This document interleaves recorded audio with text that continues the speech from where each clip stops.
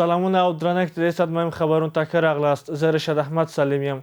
د 1948 کال د اګست پر 12مه د خیبر پښتونخوا د چارسدې په بابړه میدان کې پر پښتنو لاریونوالو د پاکستاني ځواکونو لخوا ډزې وشوې. په دې خونرۍ پیښه کې ګڼ شمېر پښتانه ووژل شول او ټپیان شول. بابړه یوازې د تیر وخت یوه پیښه نه ده، دا د پښتنو د سیاسي مبارزې په تاریخ کې یوه له هغو خونریو پاڼه ده چې لا هم د پښتنو په تاریخي حافظه کې ژوندۍ ده.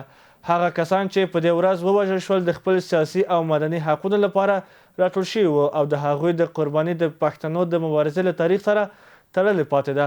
هر کال د اګست 12مه د بابړې په شهیدانو د ورځ په نوم یادیږي. په دې ورځ د بابړو د قربانیانو په یاد تازه کیږي، د هغوی قرباني ته درناوی کیږي او د عدالت او حق غوښتنې غږ بیا پورته کیږي. د بابړې پیښه یوازې د تیر وخت یوه تراژیدي نه ده، بلکې د پښتنو په تاریخي حافظه کې د یوې داسې زخم په توګه ژوندۍ ده چې نسلونه یې د قربانیانو له یاد سره لمانځي. د دې پیښې یادونه د عدالت، حساب ورکونې او د سیاسي او مدني حقونو ته د درناوي غوښتنه هم تازه کوي. د افغانستان او پاکستان د سوداګرۍ د ګډې خونې مشران وایي د دواړو هیوادونو ترمنځ د سوداګریزو لارو د بیرته پرانیستلو په اړه له اړوندو دولتي چارواکو سره خبرې او هڅې روانې دي. د ګډې خونې مسؤلان هیله لري چې د دواړو هیوادونو ترمنځ به د سوداګریزې لارې ژر بیرته پرانیستل شي، څو د سوداګرو او ترانسپورتي شرکتونو ستونزې راکمي او د سوداګرۍ بهیر بیرته عادي حالت ته راوګرځوي. دوی ټینګار کوي چې تر اوسه د لارو د پرانیستلو په برخه کې کوم د پام وړ عملي پرمختګ نه ده شوی، خو د خبرو اترو لړۍ هم دوام لري. د سوداګرو پر وینا د لارو د مهاله تړل کېدو د دواړو هیوادونو پر سوداګرۍ او د توکو پر لیږد مستقیم اغیز کوي او د دواړو لورو لپاره مالي زیانونه رامنځته کوي.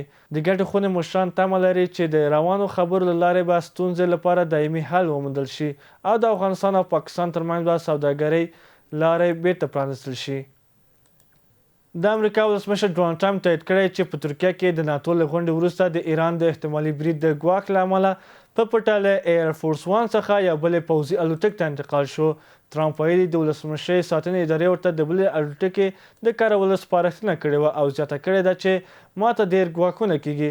د سی بي اس نیوز د راپور له مخې امریکایي استخباراتو د ټرمپ پر الوتکه د توغندیو د برید یو باوري ګواښ کشف کړی و. امریکا ولسمشر ډونالډ ټرمپ تایید کړی چې په ترکیه کې د ناټو له غونډې وروسته د ایران د احتمالي ترور د ګواښ له امله په پټه بلې الوتکې ته انتقال شوی و. ټرمپ ویلي دا پریکړه د امریکا د پټو امنیتي ځواکونو او پوځ په سپارښتنه شوې ده.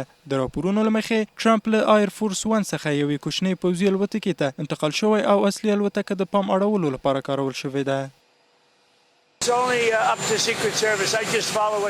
د ولسمشرۍ ساتنې ادارې راته لارښوونه وکړه چې بلې الوتکې ته ولاړ شم.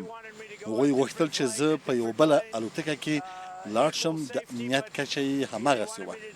هغوی غوښتل چې زه دا کار وکړم، نو ما هم وکړ. زه هغه څه کوم چې هغوی راته وایي. ما ته ډېر ګواښونه کیږي. د راپور له مخې دا پټ اقدام ځکه ترسره شو چې امریکا د ایران او د هغه د متحده ډلو له لوري د یو ګواښ په اړه معلومات ترلاسه کړي وو.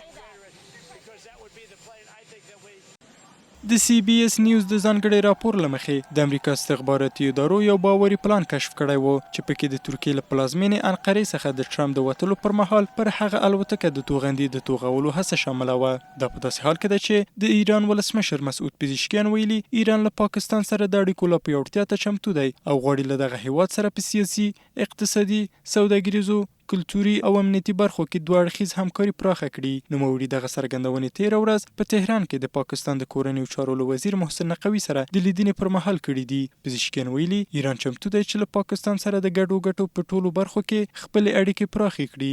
د کورنیو چارو وزیر محسن نقوي ویلي تهران ته د سفر موخه د ایران د کورنیو چارو وزیر اسکندر مومني د پاکستان د وروستي سفر پر مهال د شوې هوکړې او تفاهمونو تعقیبول دي.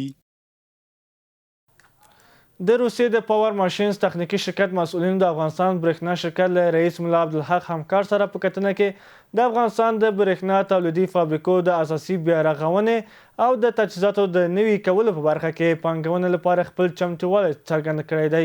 د افغانستان برېښنا شرکت د معلوماتو له مخې ملا عبدالحق همکار د یاد شرکت له مسؤلینو سره د لومړنیو تخنیکي ارزونو په برخه کې د هر ډول همکاري ډاډ ورکړی دی. دا و مهم خبرونه، تر بیا ښې چارې.